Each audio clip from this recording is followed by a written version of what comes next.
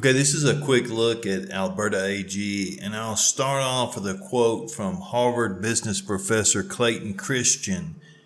When he was talking about disruptions, he said to prepare for and prevent your business from being disrupted, you need to build a second business with the sole purpose of disrupting the first business. In other words, you need to build a second website to compete with the people that are disrupting and changing the way consumers research, purchase, and maintain outdoor power equipment. For example, creating a real e-commerce website to showcase inventory, pricing, product information, as well as the ability to purchase equipment and parts online along with payment delivery options. You've only got three types of businesses: that's service, process, and membership.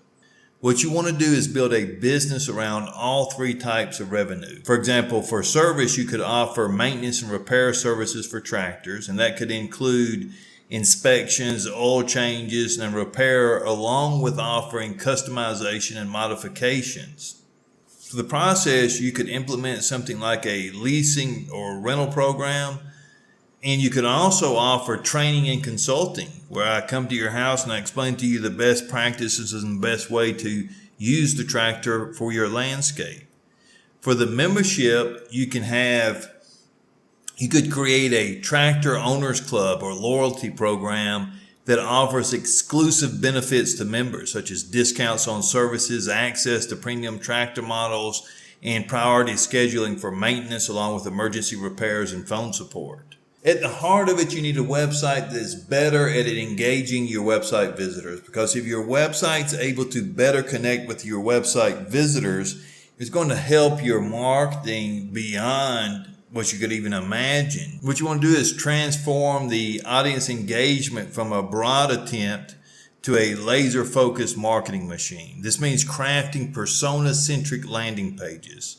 Here's some ideas on how you could break it down for a tractor company. You could have landing pages for small scale farmers, large scale farmers, landscaping and ground maintenance, landing pages for hobby farmers, rural homeowners, construction sectors, government buyers, golf courses, sport fields, wineries, logging, and the list goes on and on. Each one breaking it down so that when you do the marketing, you're sending people to the specific landing page designed for that specific type of customer. And then you would have a custom call to action with a single hero image for each call to action. For example, for agriculture, you could have equip your farm for success with our specialized machinery, or maximize your yield with our high performance tractors. And for landscaping, you could have something like transform landscaping with precision using our tools, or boost productivity with our versatile tractor solutions.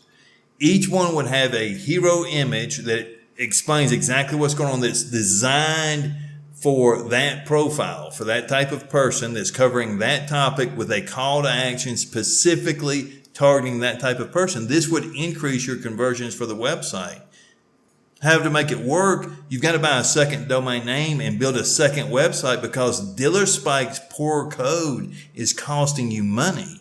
For example, Google said slowing a page by 100 to 400 milliseconds would result in 0.2 to 0.6% fewer searches.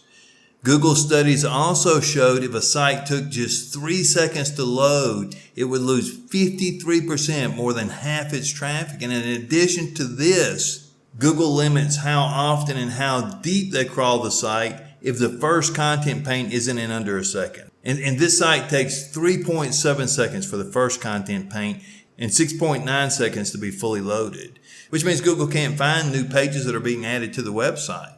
This site takes longer for the first content pane than it should take to fully load the entire website. And Google and other companies like Amazon, Mophie, Walmart, Cook, AutoAnything, Furniture Village, and many others have talked about how milliseconds affect conversions. As a matter of fact, when Google studies showed if a site took 3 seconds to load, it will lose half its traffic. Google felt that it was important enough to add a ranking penalty. So if the site takes longer than 2.5 seconds to fully load, it's got a ranking penalty. So not only is this site not getting spidered as deep as it should, but it also has ranking penalties in addition to that. If you do the math, if you take their stats and you do the math, you're looking at just on conversions. We're not talking about ranking penalties. We're not talking about the bad code and all the other stuff associated with it. Just on the speed. If you look at nothing but speed, for every 100 leads, this site's losing about 71 leads. So that means if you got 100 leads within a specific time frame, if this site met the criteria it's supposed to meet on load times alone, you'd be looking at an additional 71 leads for every 100 leads that you're currently getting. And in addition to this, if you're a coder and someone asks you what constitutes good code, you have to say the quality of the code. The way you establish the quality of the code is that it meets all the standards and doesn't have any errors. The way you find errors is by validating the code. And if you can't validate the code, how can the developer be sure they didn't forget to close a tag? Professionals write code that meet all the standards and validate, so a good website has to do the same. The benefits of W3C validation is improved accessibility, improved search engine optimization, improved cross-browser compatibility, improved user experience, and it can't be ADA compliant without valid code. This site has 6 errors, 10 warnings, and 15 ways it's currently breaking standard best practices. Along with that, this website has ADA color violations that make this site ripe for some ADA fines and consumer lawsuits. This video is getting longer than I'd hoped, so I won't get into how this site bleeds link juice back to the web design company with off-topic links and the damage that does to the company, or how crazy it is to bleed PageRank to social media sites that use those links to tailor ads to your customers from your competition. I'm also not going to get into how you should have a blog that writes blog posts that can be turned into press releases that can then be used to drive links and traffic back to the site, how sliders kill conversions, how you should never use WordPress or Bootstrap if you're serious about your business. However, I will do some videos on those topics later.